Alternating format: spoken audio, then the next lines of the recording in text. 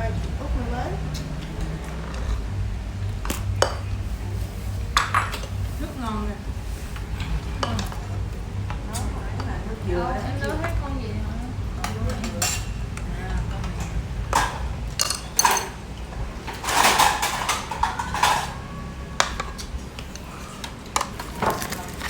Đó đó.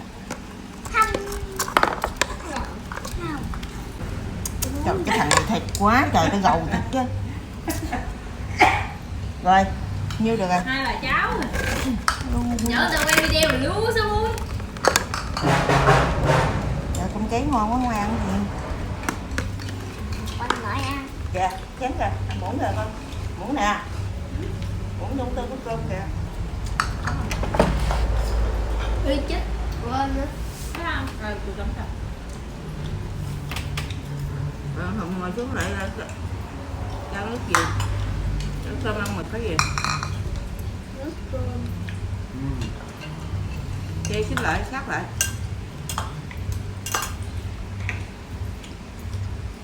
Ăn cho mấy khâu rồi đó. Không, một nó kỹ lắm. Sao? Nó là như cháo dừa. Trứng mà. Trứng mà. Ăn gì? Trứng mực hả? Như cháo dừa. Cái nhỏ cơm để hoàng để làm lẩu cho nó bún Giòn á.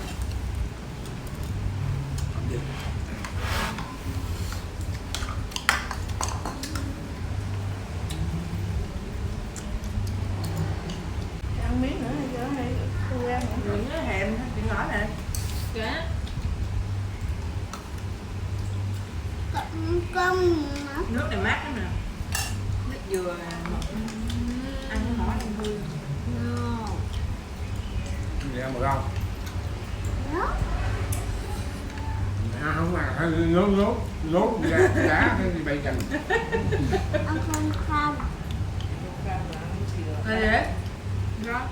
Chén nước cơm à. Ăn miếng nước cơm không vậy hả? Để nó nào có cơm ăn với mực thì Vậy đó hả?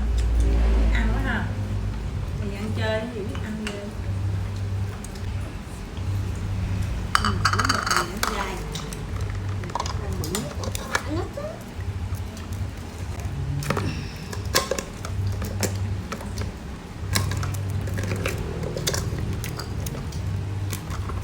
Tao ăn chỉ mực ống được rồi. Em bỏ vô nhai một cái mực đó dài dài. Ngon hả? Nghe, ăn miếng mực cháy này thôi. Ngắt rồi. Không có răng thì ăn cũng cháy. Đúng rồi. Quẹo cổ.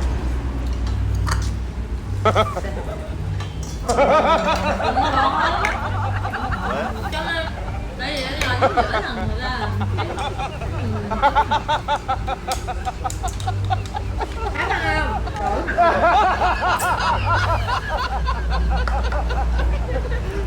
Trong cái đầu vô nắp không chịu.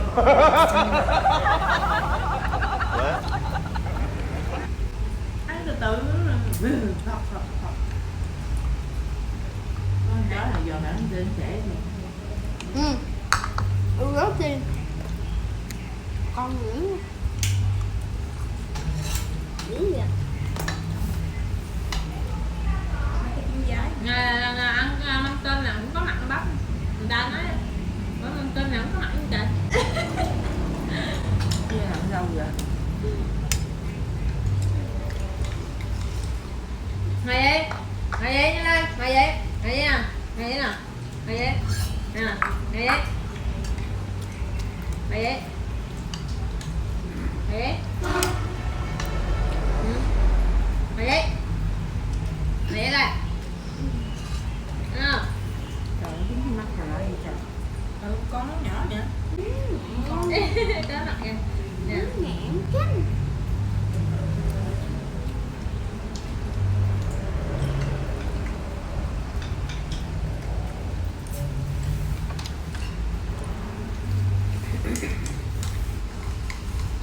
Ăn nước dừa bạn nhau các bạn nghe ăn nước này không?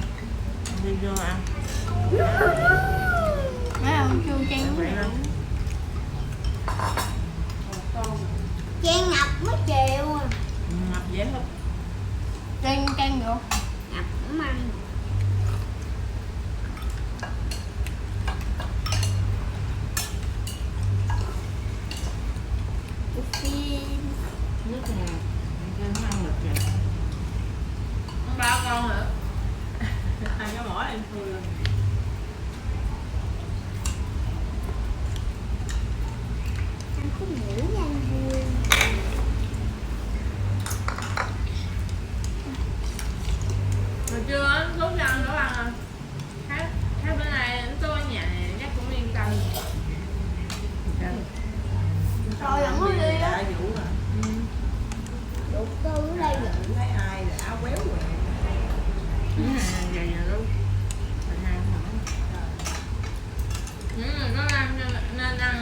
hạnh phúc đi. Tôi giờ đang giả mà tôi ăn không có hạnh phúc được như thế nào. Chọn mẹ ơi. Dạ, nó cứng. Ý, liếm xương rồi đứt lưỡi. Ăn xương. Không kìa, chạy vô coi. Nấu à? Chạy vô coi. Không, trời ơi, nó lớn rồi. Vì ăn có miếng gì ai gì cả. Uống nước không à?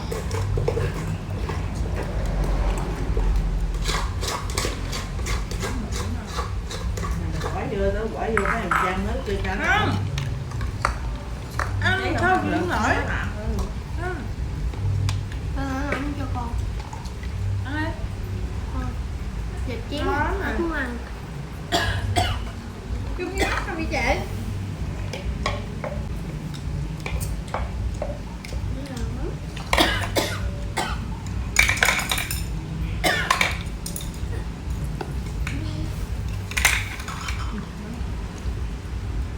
Tao dẹp chén rồi. Để sáng ăn được. Chắn bữa mực chưa chuẩn.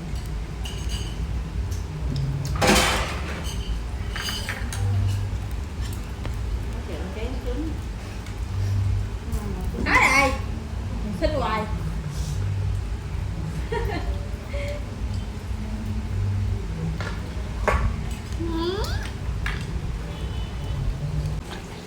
Mặt ăn xin. Đây là cái bánh mặt ăn xin nha. Ăn xin rất chuyên nghiệp.